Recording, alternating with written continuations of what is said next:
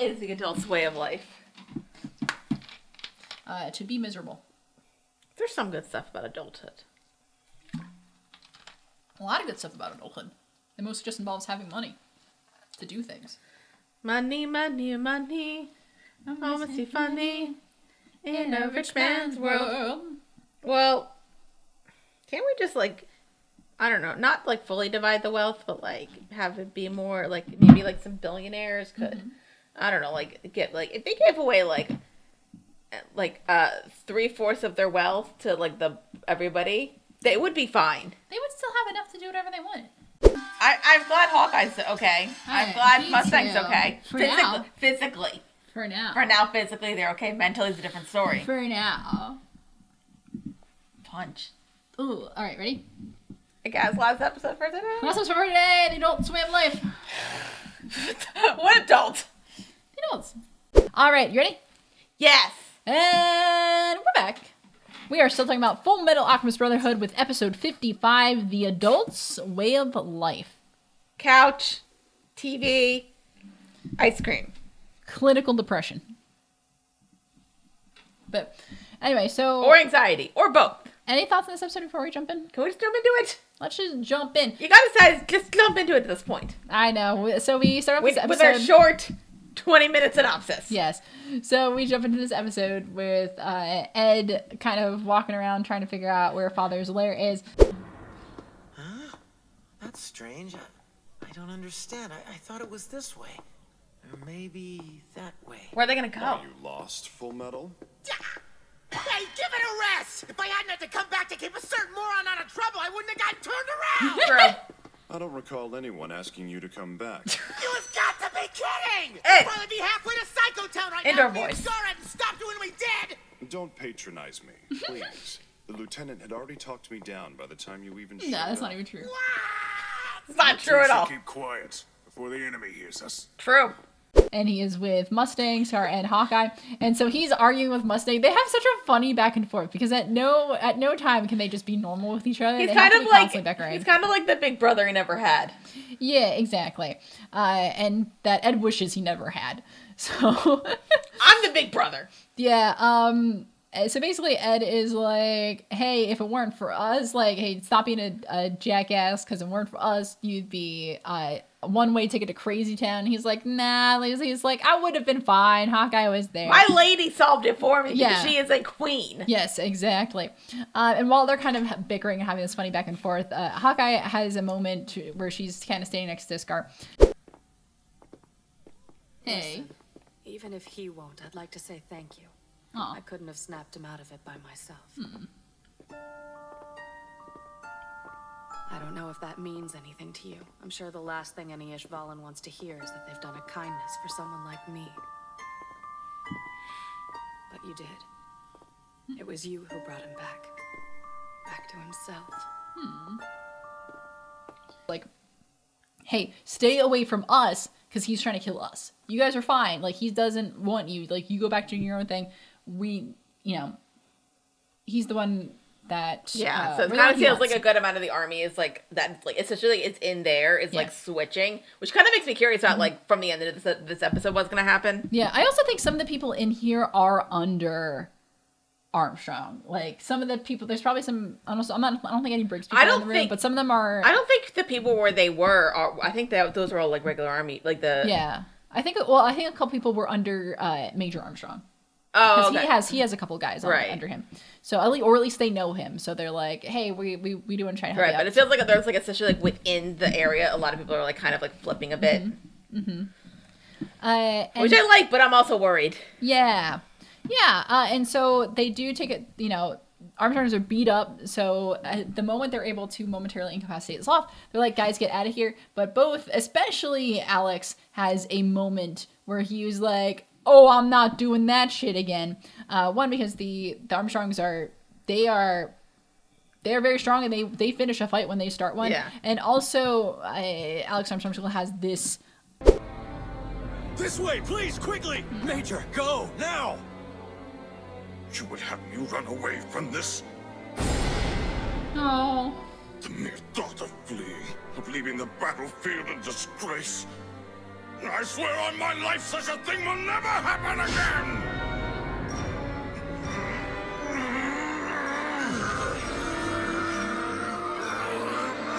Residual trauma from Ishval of like not stepping up when he had the chance and just running away when things got hard. Right, because he realized the correct thing, that this was wrong, and like didn't like fight back. He just ran away. Which, like, I mean, I'm not even sure he didn't necessarily. I'm not even sure he ran away. I know he was. It sounds like he pointed out the issues too, like his higher. Yeah, I don't think he didn't speak up, and I think then when they realized he was kind of weaker, they kind of just shipped him off. Yeah. But to him, that was running away, and to a degree, like he does recognize there was cowardice to that, and he's like, I'm not doing this again. Like we're here, we're fighting this fight. Yeah. So Then what happens? Yeah. So all of a sudden, Sloth ends up, of course, breaking free of that chain. Whoa! Hey! Ha! Nice! Is that who I think it is?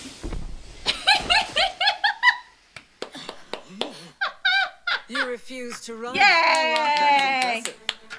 You're a fine man. But then I've already got a man 100 times finer than you. Hi! She loves her husband. Fucking hot! And who are you? Nothing. A female officer. You must be the indomitable General Armstrong, then. That subordinate of yours, the one who has the mohawk, he asked me to come and help you. That man. Oh.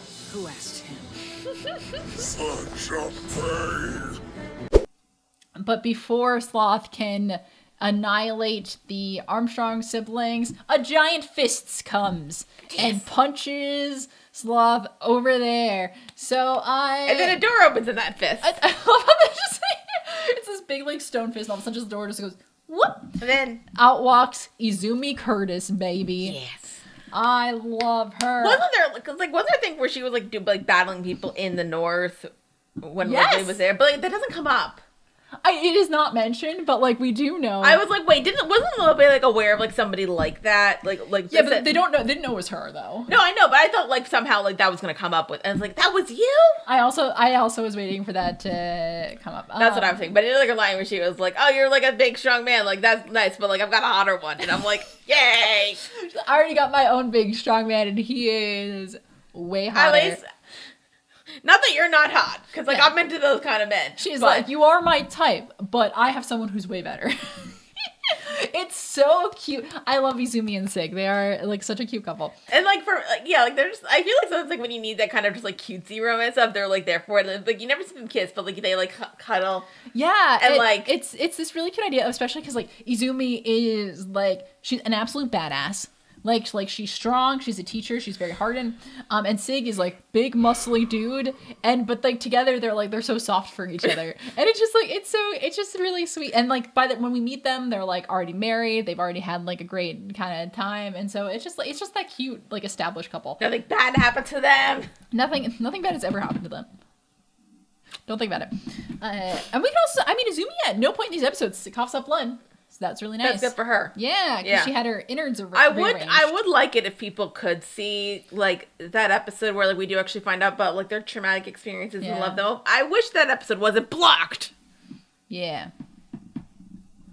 I should put up on Patreon just for people. Oh yeah. I can't forget about that. I'll do it. I think also either the pilot or like the second episode is also blocked. Yeah.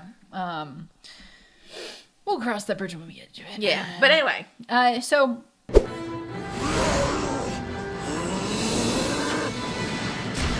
Nice. Love her. Honey, coming at ya! Yay! Sing. Fuck yes. Oh, he's also really strong. he is. Good. Extraordinary. Who is he? He's my husband. I love him. We get it. He's a beautiful specimen of a being. Let's see. It's very funny. So Sloth obviously gets back up and he starts charging, and like Izumi just like tosses him. She doesn't even mean alchemy. She's like whoop, and just like throws him. And the Armstrongs are like, what? And then Sig comes along and then just absolutely like they're like flipping. They're tossing Sloth around like he's like a tin can. It's fantastic. Well, it's funny because, like, I mean, Sig's obviously a big guy, but like, he never really seemed, he kind of never felt like he was like a fighter guy. He just happened to be like big, so it's like, but he does also seem like the type of guy where, like, let's say like Father somehow finds Izumi would sacrifice her, he'd be like, he would just like go ape shit. Yeah, like Sig is actually very strong. Like he doesn't have a need to attack because Izumi can handle herself. That's true, and he's aware of that, which we love. Yeah, he is not intimidated by his strong wife. But he can hold his own in a fight. I guess that's, I don't know what kind of work he's been doing as a butcher, but like. Well, I mean, sometimes he's gonna lift like really heavy meat. Yeah, he's probably like can lift like an entire deer with just like one hand. Yeah, it's great. But anyway, it's so funny watching the Curtises just like toss Sloth around like it's nothing, and then their faces are just like, huh? But then also, So good, Sig and Armstrong become best friends. Even Alex is in love. This is insane. Oh, the pet couple. Hello? Incredible valor! Respectable muscles! I'm not gonna lie, I've seen this skit before. I was gonna say I've seen this one. Yeah, so there's a certain sense of camaraderie and brotherhood between Sig and Armstrong where they don't need to say anything to each other. They just like shake hands and they're like, yes. And they show off all of their muscles. They show off their muscles. Yeah, they communicate to each other by just like showing off their muscles. It's, oh my god, it's so funny. And it's literally that meme from Step Brothers. It was like, did we just become best friends? Yup. It's really funny because I think Hiroma Arakawa like literally just like loves drawing buff dudes. Like she's just like, I love my old buff man. Is that her type? And that she just likes to draw those types. I don't know if that's her like personal type, but she loves to draw them. And so this meeting of the minds, I think, was drawn from her fantasies, which I love it. The connection between them is so funny, and also Sig has a little sparkle too. Little sparkle. Sig has a little like, ooh, and I'm like, oh my god, I love you. I'm very happy. Anyway, so they end up. I want them. I don't know. Like I don't know. Like if Armstrong wants to like find somebody, but I want the Curtises to be his wing people. That would be great. That would be so good. But and also I think just to note that Izumi was sent by Buccaneer. Yeah. And Olivia's like, that guy, but also that guy. No. So anyway, Alex Armstrong and Sig Curtis end up like with their powers combined, they can kick the shit out of Sloth. They just like toss him around a little bit. They like, punch him up a little bit, and then Sloth is pretty much taken care of. Are we gonna lose two homunculuses in this setting? In this match? Let's see. Will that monster never stay down? You gotta keep going.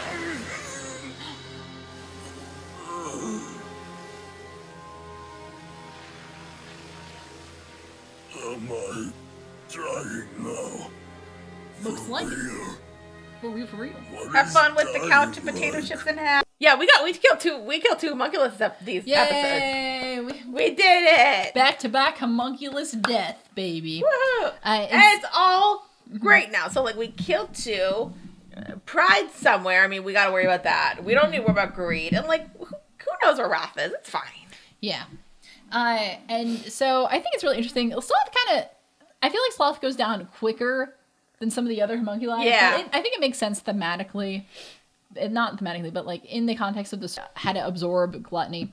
And Sloth, we don't know how much he's been kicking or what he's been doing. So, and also there's probably a lot of stuff we didn't see behind the scenes of just like how many times the Armstrongs absolutely obliterated him. Yeah. So it's good stuff. So bye, Sloth. Bye, Sloth. Sloth X. Sloth is gone. And my theories are still being correct. Nice work. Good job. Yeah, I think the only thing I was like really wrong about is May and Shame, but that's literally only because I didn't know where they were at the beginning. That's fair. That's valid. They're friends. Aww. He sparkles too. Aww. Oh my god. They're best friends. Oh, they're buddies. All that's left are scrawny mannequins. I hope they go on bowling night eliminate together. them. Right. I don't know who you are, but I'm grateful for the help. It was my pleasure. With skills like you, they're like family to me. Aw. Wait, does that mean that you're Azumi Curtis? That's me. Then so the Curtises and the Armstrongs have a chance to catch up, and they have a chance to introduce each other. So Olivia's like, "Oh, you must be Izumi Curtis. Yes, I know you are the And Izumi's like, "Oh, you know the Elrics? Yeah, they're like my family. Love them. Got their backs." And so Olivia's like, "Oh, are they also here?" And she's like, "Yeah, probably." One of them is. And they have a chance to, and this is kind of where the title of the episode comes about, where they're like, What are we thinking? Well, now, perhaps we should take care of the rest of these dummies. Tell me the truth. Can you stand? Don't ask stupid questions. Hold on a second. You're severely injured. Yes. You should take it easy. Now that's rich. And I understand Very well injury. can't be caught lounging about while the youngsters do our fighting for us. We carry them. because they don't want to leave things to the children to figure out. And I think this is such a really interesting thing. I think this is something we've discussed earlier in the show, where the Elrics are the protagonists of the show. They are the main characters, and they are handling a lot of the problems. But the adults in the show are not, they're not incompetent in the slightest. And they are adults, and they see themselves as adults in these situations. So they, the Elrics are very capable. They are handling this plot like absolute champions. But the other characters who are older are like, we cannot leave this to children. It is, one, not fair to leave this to children, and two, like, we're adults. Like, let's handle this. And I think this is kind of comes up again in this spot specifically, where they're like, it is our responsibility to show kind of the next generation what to do. Like, we are here in this spot to be strong, so the next generation that has something, like, we're building the foundation for them. And I really like this. What's up? I just got mad. About at what? America. Yeah. Yeah. You know what's worse about it? It's like the children it's worse. are like taking the fight up. Yeah. Which they shouldn't have to because they're children. But then also, like, when they like confront the adults saying like, "Hey, you fucked us over," they're like, "Calm down, you children. You don't know. Like, we're clearly smarter than you. Like don't like children. Like, go do your TikTok dances." It's like. I think I'm thinking of like stuff like I was watching like a scene. I think I was thinking of like when like all of those like children, the teenagers like at the park when shooting like stepped up and they were actually like fighting the fight. And I'm like, they should not have to do this. Yeah. Yeah. But they have to because our government's incompetent. Yeah. I'll say that to your face, bitch. No, but I think this is a really good. It's a really good. And It's like we need competent adults who are like. They know that the kids should not be handling this, and we need to like help them, but we should also treat them lesser than. Yeah, it's a really good message. I really love how the show balances like the children in the show have their own strengths because they are young and they have not been. They've obviously been burdened by some of the terrible things that have happened to them, but they still hold true to a lot of their innermost morals because of it, and have not let that be worn away in the way that some of these other characters who have like literally been through war have. And they are very capable and some of the most powerful people in this series. But again, the adults can still be adults, and they recognize that they have to do their job to make the world better for the other characters. So yeah, I love this. I really just love how this show really balances. I don't want any part of this. Which like one fair.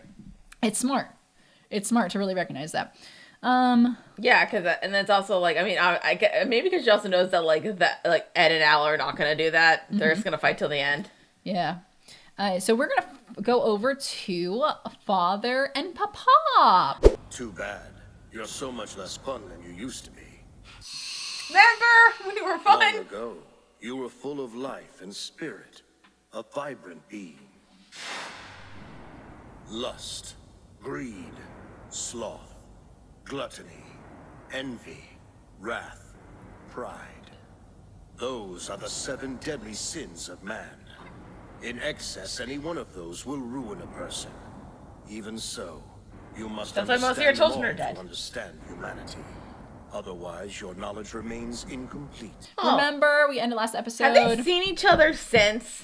Probably not. Okay. The implication here is that they have not seen each other for a very long time. Probably since the genocide. Probably since Father has gotten his new body. So they've you know, they're catching up. And Hohenheim is like, man, you kind of suck, dude. Remember, it used to be so much fun. You were a little guy in a little flask. We had fun. We chatted. We were buddies. And now you look at you. You suck. And then starts talking about the 7 deadly sins. And, you know, how the 7 deadly sins are really these aspects of, like, humanity and what makes something, like, human, which, like, this aspect of what makes a person mortal, really. It's really, like, obviously it's all the negative stuff of being a human. Yeah. And then, you know, obviously Father took those elements of that humanity and separated them from himself, so made them into separate beings. So he's, you know, cutting himself off from the humanity aspect of humans and really just focusing on more of the, you know, the immortality aspect of it all. The inhumanness of it all. And Father is just like, all right, whatever, and starts attacking. Yeah. And Hohenheim is like, can Bruno... Careful, you nearly killed me. How rude. These people love their big fists. Yeah. For once, listen to me! Why? Stop this! Rude. I also have power, you know. I can, like... That was your fault. Just made a Be door. more careful. Fight. You know, fight him off pretty well. He's like, I'm not a fighter, so he's just really trying to dodge and get out of here. I really like Hohenheim has a line here, and I think this reflects what I was talking about in the last episode. Hohenheim states that, I'm reading from the wiki, thank you, wiki writers, that back when one's connection, Father was in the flask, he hated the concept of a family, when in fact he actually wanted one of his own. So this feels very in line with how I think Envy was his character. That's what I was thinking. Actually, I was saying why Envy feels very close to how Father is, in the way where Father's constantly talking about, I have no desire to, like, you know, intermingle with these humans. I see myself as above them. As you remember, he called himself, like, you do not regard an ant on the ground. Like, you simply do not think of it the way it is. But Father is like, Papa is exposing that, like, hey, actually, no, you do want that. And actually, maybe you are, in fact, envious of these humans or want that aspect that they have. So you're creating this family for you, in which you're making these things that call you Father. And your name is Father because you want a family. Meanwhile, I have 2 children of my own, bitch. What's up? Do you think the reason I just thought about this. Do you think maybe the main reason for that is because of when he was, like, first, like, when he became, like, a bit more, like, human for something, you'd get, like, a bit of their humanity? Yeah. And that was something that Hohenheim wanted. He wanted a family. That's probably, that's a very strong possibility. Yeah, where he, like, inherited that. And I also think just, like, one of the major aspects of being human is, 1, human connection. Yeah. And 2, like, wanting something beyond yourself. So, like, that's why I think... I was, like, wanting, like, most people, like, want some kind of, like, family thing, whether that's, like, you create your own, like, you, like, physically create your own family, or, like, you just, like, you build a... It's either, like, legacy or security, or a little bit of both. Or, like, finding, like, your... What is, like, a found family? Like, that kind of thing. Yeah, and so Father's probably, like, has that, like, he's removing all of these instances of humanity from him, but that still remains because that does not occupy necessarily an aspect of sin. Right. It is just an innate desire of the human experience. So, suck it. So he's like, but what if I made a family and I made everyone call me Father? And then we all celebrated Father's Day. Interesting. Do you think Father makes all the homunculi celebrate Father's Day? Like, how? Yeah, It'd be like, Gorilla. We all will come back to Central Underground and we will all have a party and you will give me presents. Who knows? He could. Does he have to grill, though? Oh, no, he just sacrifices someone to the dip. It's real enough. Anyway, so that's interesting. And then more fighting? I'm melting! Bitch. Melting! That's it, we did it. Is he holding back until the transmutation? Instead, I shall become a far more perfect being. Oh, it's not good. That's There not is a good. philosopher's stone buried within you. I intend to take it. And then so more fighting, and eventually Father does this cool trick where he just, like, sinks into the ground. Not just, like, sinks, but, like, literally, like, become liquid into ground. and which looks kind of messed up. It's kind of cool, actually. Yeah. And then eventually, like, pops up and then shoves his hand into Hohenheim's body, which it looks bad. Does look bad. That's Hohenheim. Don't I wasn't do that thinking, to yourself. I wasn't thinking that's how he was gonna go, because like that didn't seem like a good way to like. Yeah, that would be very much like a shock value death, and I feel like this show. I mean, the show really doesn't have much like shock value death. I mean, like I think the closest thing is probably like the Nina Alexander Chimera. That's not even shock value death. That's a shock value just incident. I think the closest shock value death is probably Hughes. And I wouldn't even count that as shock value because like the context of it is like this person found out too much too early. Yeah. And like it kind of we needed that had to happen. Like I guess it's like I wouldn't say it's like a fridge moment, but it's like semi where it's like we needed that to happen so that like these other characters could like move forward. Right. Yeah. Exactly. So yeah, this show really like usually when there's character death in this show, like it has a degree of, it has layers to it and has like a deeper meaning in the grand scheme of things. Has there been that much character death so far? I'm trying to like besides like homunculi. Really not. I'm knocking on wood. No, I know there's definitely that's the homunculi. Yeah. Yeah, I was saying like I mean like obviously like there's been a lot of like people dying in this. Well, show. I think and I think a lot of it too is because we have so many characters who are protected by literal plot armor. That's true. Like contextual plot armor, which is fantastic. I forgot technically Mustang is protected by plot armor. Sure is. One of the reasons why. I mean, remember in a few episodes, the kill order was you can kill anyone except Mustang. Yeah. So he knows that he has something to play with there, which is fantastic. I do like. Unfortunately, the problem is like everybody with plot armor has somebody that they love who is not protected by plot armor. Mm-hmm. So that's sad. That's bad. Yeah, that's really interesting. It's so interesting. Hohenheim's in a sticky situation here because somebody's hand is inside of him. So basically, it seems like he's like, hey, I know you have a transmutation, philosopher's stone in here. I'm gonna try to find it. And he's trying to like absorb or like take the philosopher's stone out of him. Does it work? But he can't. No. He's like, you can see like the veins are like starting to like engorge with what we can assume it's normal person would be blood, but like in this case we don't know if it's blood or if it's like philosopher's stone juice. But something happens and he gets surprised and he kind of takes his hand out, and so we don't actually know what Hohenheim has done to like elicit that, but Father seems to be surprised. Well, it sounds like Hohenheim was like spending those like years like educating himself and like trying to learn about this, and Father wasn't. Yeah. Also, like Hohenheim still has blood in him, right? Sure, probably. Well, how else would he produce? That's true. We know that part works at least. No further questions, please. But also, I think it's just, I forgot to note that Father kind of shares more about his plans. He just kind of... So I finally elicited a reaction from you. I got a manicure? What have you done? You might say that I've simply done what you wouldn't. You don't realize you have cast aside something every bit as important as your emotions. And what could be so important? Don't expect to win this battle easily. Not when you're fighting us. What does it mean? What does it all mean? It says that he doesn't want to be a human. He wants to be a perfect being. And that's why he's trying to take the Hohenheim's philosopher's stone. So outside in the regular streets of Central, we get like a quick scene. Ah, fuck! It's no use. The tire's definitely stuck. What are you doing, idiot? If we don't hurry, the eclipse is... Dr. Marco, please stand back. Mr. Heinkel and I can handle this on our own. You're not very strong. Well, I'm sure you can, but still... We're fine. Let us take care of it.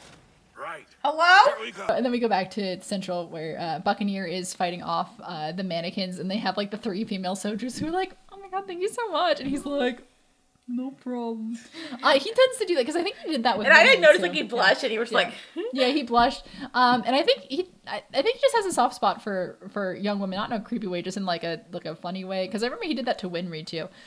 He's like, oh, thank you.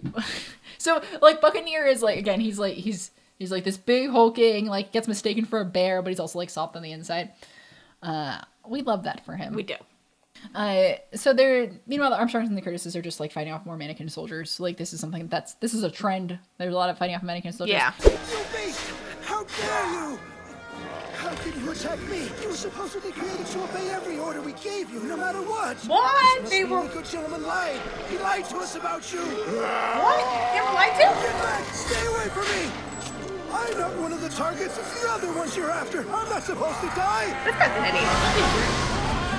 Stop running your mouth. Oh. You're welcome. Oh. This good gentleman you were speaking of earlier. I wonder if you'd be so kind as to tell me a bit more about him.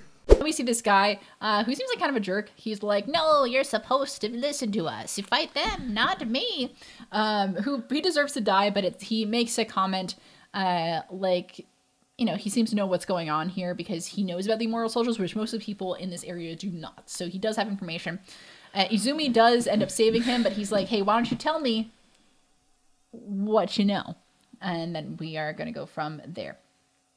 So I forgot to mention this in an earlier scene. We did see the Fuhrer's office. So there's been kind of this like lurking idea of who's going to take this seat. So in an earlier scene, one of the random generals who, you know, was in the inner circle. Is that chair turned around? Hey. Hey. The Fuhrer's chair, a veritable throne. If we win this battle, it just might be mine. Hey. Oh no, it wasn't turned around. Okay.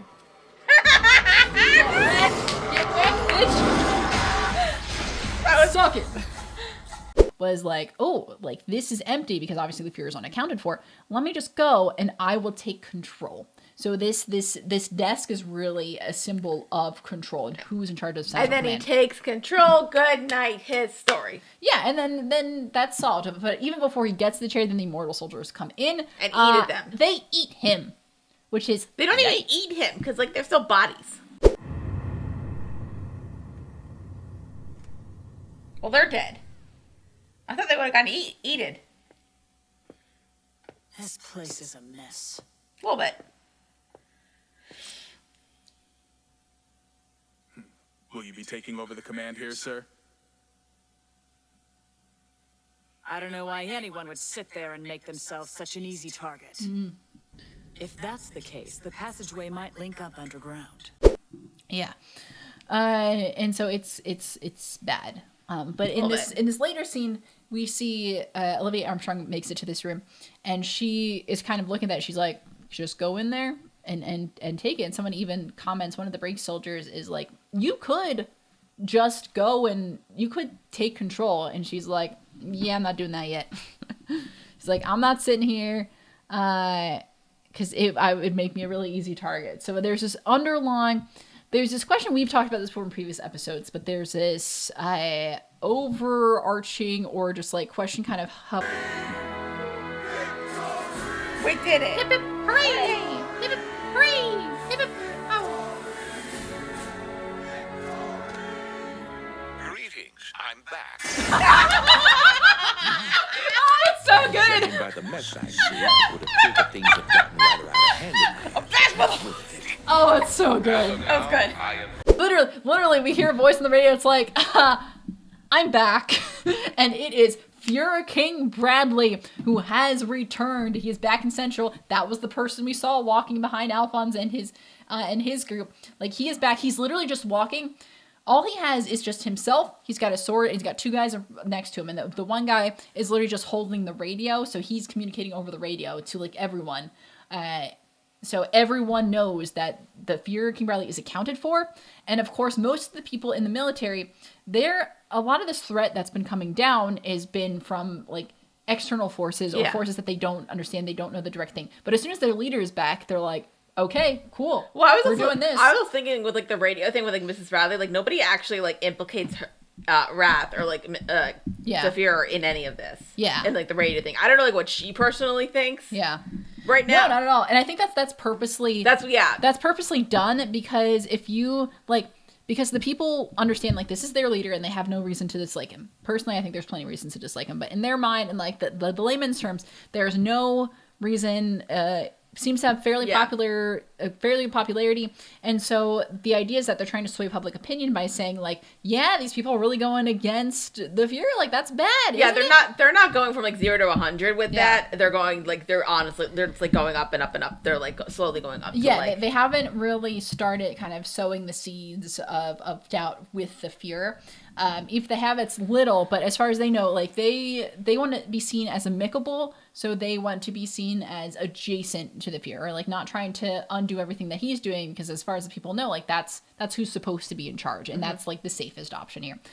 So meanwhile, this motherfucker shows up. Yeah. Personally taking command.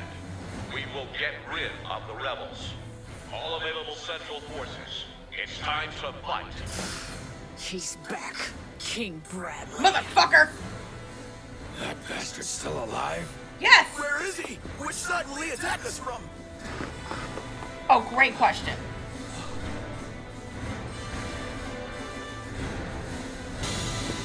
I mean, we knew he was coming back.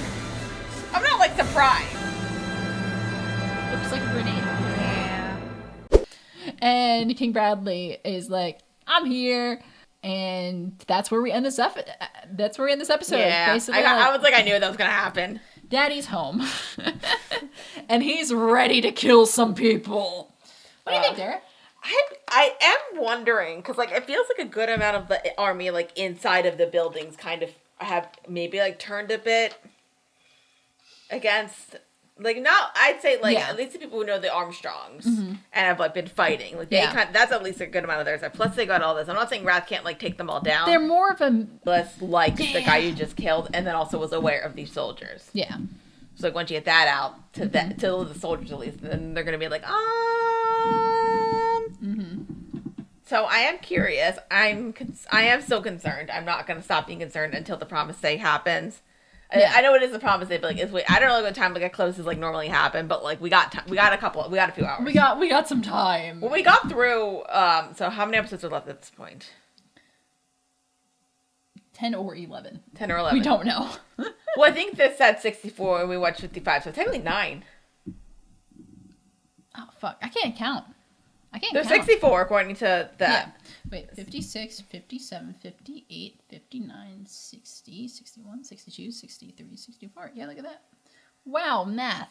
I had to count. I had figured out 9 episodes. Jeez Louises. That's gonna be fun. Yeah. Let's party. So I am of the belief that probably within the next, I'm gonna say 3 episodes, we're gonna get to the eclipse. We better.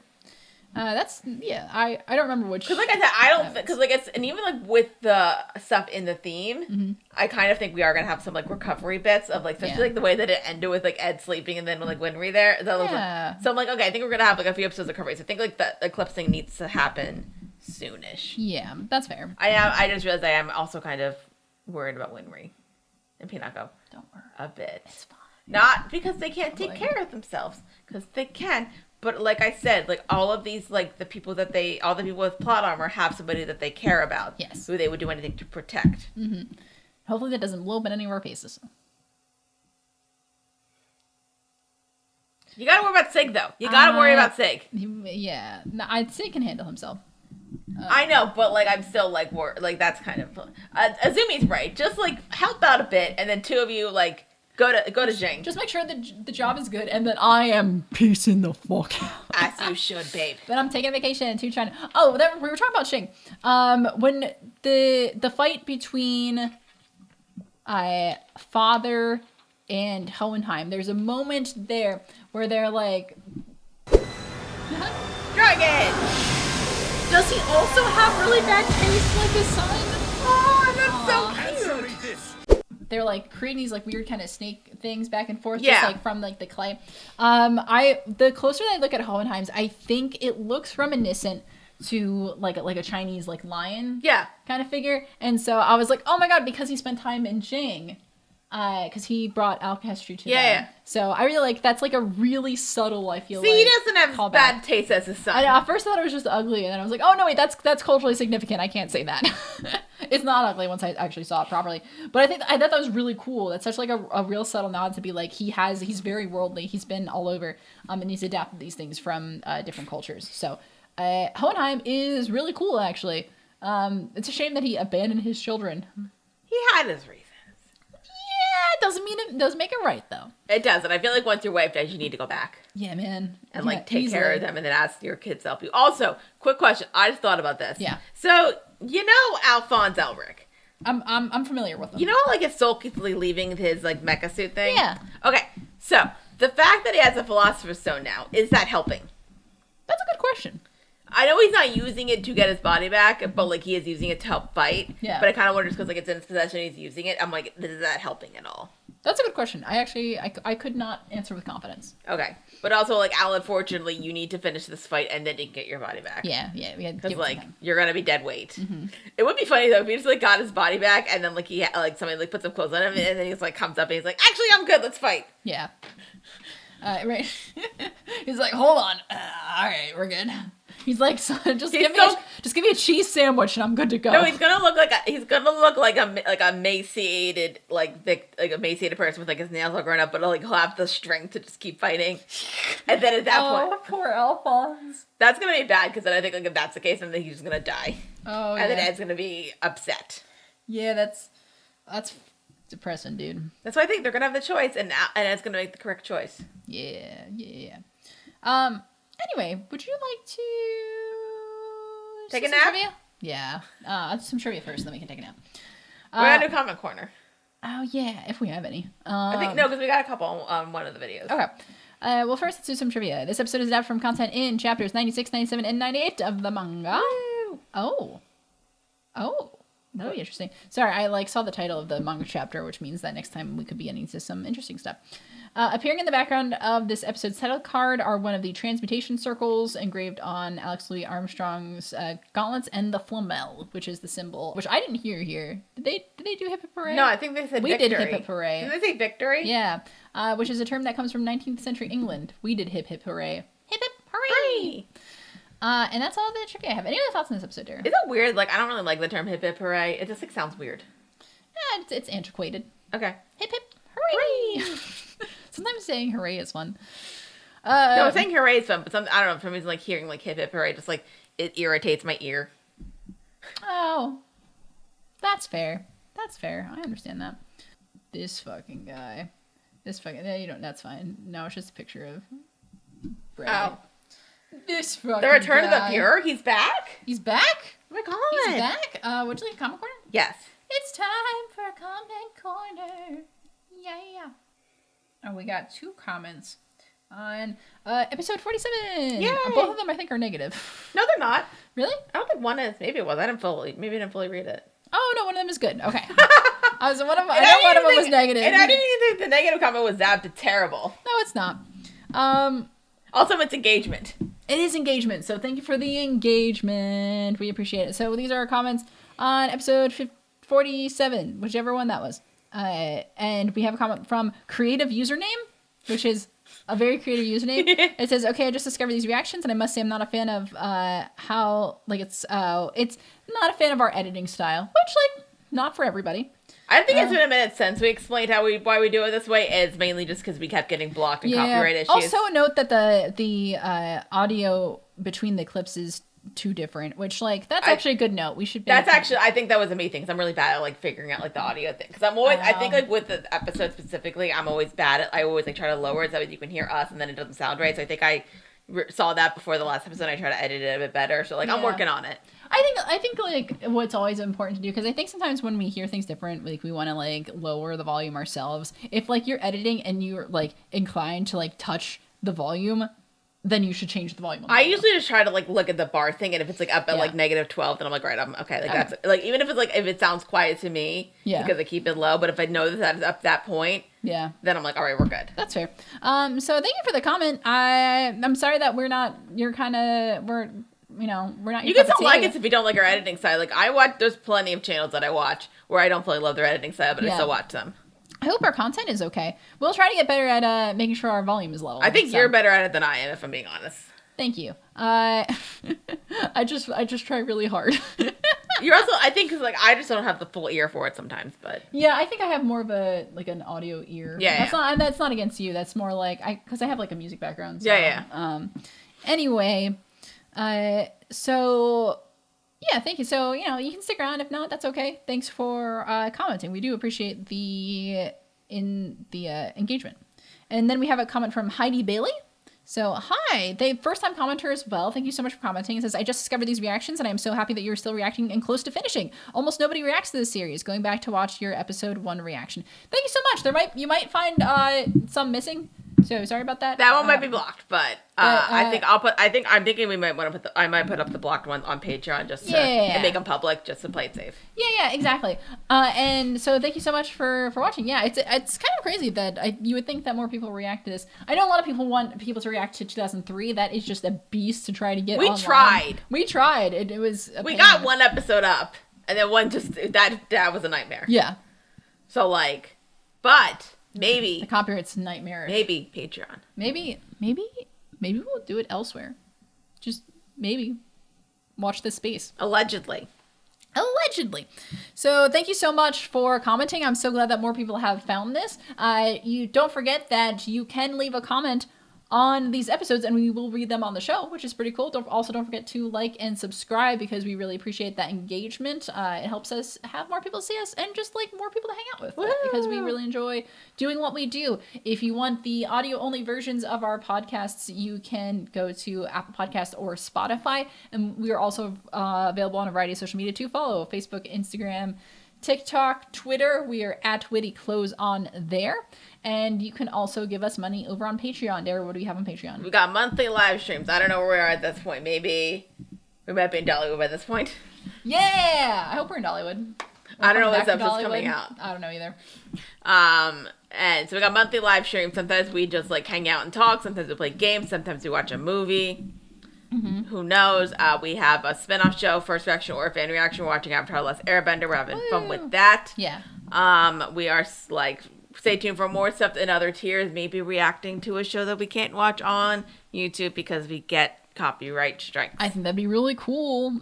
So that we'll be talking about that in more detail, but hopefully we'll have more details for you soon because I'm really excited about that. Anyway, if that is all, you can stay tuned because next time we'll be back talking about more Fullmetal Alchemist Brotherhood in the final arc of things with episode 56, The Return of the Fuhrer. What? He's back? And episode 57, Eternal Leave. Until next time, I'm Hillary. Eternal leave, like the ultimate retirement? The ultimate retirement. Who's getting the eternal leave? I don't know. They have to go through HR first. But that could be anybody that I like. I really could. Get that list out. I feel like it's going to be an emotional thing, which means it's definitely going to be a character that I like. I have to actually see what happens in that episode. I'll do that after we finish. Okay. Until next time. I'm Dara. You're Kiryu. I'm Kayla Clear. I'm Dara Whitman. Peace.